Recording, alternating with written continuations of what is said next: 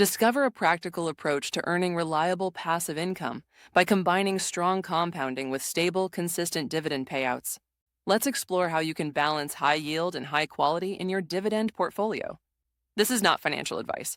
Always do your own research and consider speaking with a financial professional before making any investment decisions. So, why does this topic matter? If you're interested in dividend investing, you've probably noticed a dilemma. Some stocks pay very high dividends, but they seem risky or even unstable. Others are rock-solid companies, but their dividend payouts look tiny. How do you find a balance that gives you both steady income today and growth for the future? Getting this balance right can help you avoid common pitfalls, like chasing high yields that end up getting cut, or missing out on compounding by avoiding strong but lower-yielding companies. Today, I'll break down a practical, beginner-friendly approach to building a dividend portfolio that aims to combine the best of both worlds, high yield and high quality. We'll cover simple explanations of key terms, real-world examples, and a step-by-step way to get started. Let's begin by making sure we're on the same page with a few important definitions. First, what is a dividend yield? Dividend yield is the annual dividend payment divided by the stock's price, shown as a percentage. For example, if a company pays $2 per share each year and its stock is $40, the yield is 5%. Yield helps you estimate how much income you'll get for every dollar you invest. But a high yield isn't always better, and that brings us to the next key term, payout ratio. The payout ratio tells you how much of a company's earnings are paid out as dividends. If a company earns $4 per share and pays $2 in dividends, the payout ratio is 50%.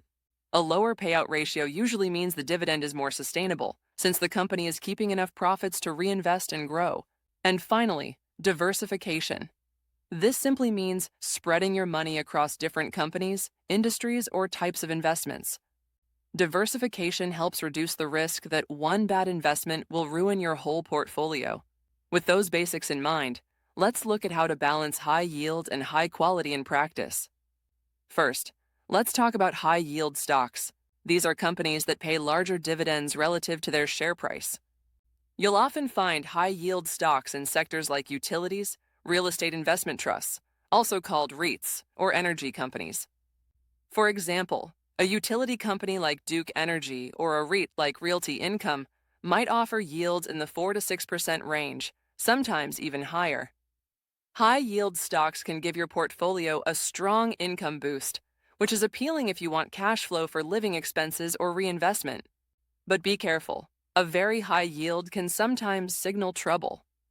If a company's stock price has fallen sharply, the yield may look high, but that could be because investors are worried about the company's future. And if a company pays out most of its profits as dividends, it may not have enough left to grow, invest, or weather tough times. That's why it's important not to chase the highest yield you can find. Look for companies that not only pay a good dividend, but also have a solid track record of maintaining or growing their payouts over time. Next, let's look at what we mean by high quality. High-quality dividend stocks are companies with strong financials, stable earnings, and a history of paying and ideally increasing dividends year after year. These are often called dividend aristocrats or dividend kings. They include names like Johnson & Johnson, Procter & Gamble, or Coca-Cola. These companies may not have the highest yields, sometimes between 2 and 3%, but they tend to be more reliable. Their dividends are less likely to be cut during recessions. Plus, many high-quality companies increase their dividends regularly, which can help your income grow faster than inflation over time. So, how do you actually combine high yield and high quality? One approach is to build a core and satellite portfolio. Here's how it works. The core of your portfolio is made up of high-quality, lower-yield stocks. These are the big, stable companies with strong balance sheets and a long history of growing dividends. They provide a solid foundation and help your portfolio grow steadily over time. Around this core, you add a few higher-yield positions as satellites. These give you more immediate income, but you keep their overall weight smaller, so that if one of them runs into trouble, it doesn't drag down your whole portfolio. For example, you might allocate 60 to 70% of your portfolio to high-quality names like Johnson & Johnson, PepsiCo, or McDonald's. Then, you use the remaining 30 to 40% for higher-yield stocks like Realty Income, Duke Energy, or maybe a telecom company like AT&T, provided you're comfortable with the risks. Let's look at a sample allocation for a beginner investor. 30% in a broad dividend ETF, like Vanguard's Dividend Appreciation ETF. This gives you instant diversification across high-quality companies. 30% in individual dividend aristocrats, companies with at least 25 years of increasing dividends. 20% in a few carefully chosen higher yield stocks or REITs, after checking their payout ratios and financial health. 20% kept as cash or in a bond ETF for flexibility and to reduce volatility. Of course, you can adjust these numbers to fit your own goals and risk tolerance. The key is to avoid putting all your money into the riskiest, highest yielding stocks. Let's take a closer look at Realty Income as an example of a higher yield satellite. Realty Income is a REIT that owns commercial properties and pays a monthly dividend. Its yield is often in the 4 to 5% range, and it has a long track record of paying and increasing dividends. But as a REIT, it's sensitive to interest rate changes and economic downturns. If you hold it as a smaller part of your portfolio, you can benefit from its income without taking on too much risk. On the high-quality side, take Johnson & Johnson. Its yield is usually around 2.5%, but it has raised its dividend for over 60 years. It operates in healthcare, a stable industry, and has a strong balance sheet. While the yield is lower, the reliability and growth potential make it a solid core holding. Remember, it's not just about the numbers today. A company with a lower yield but strong history of dividend growth can eventually pay you more over the years, thanks to the power of compounding.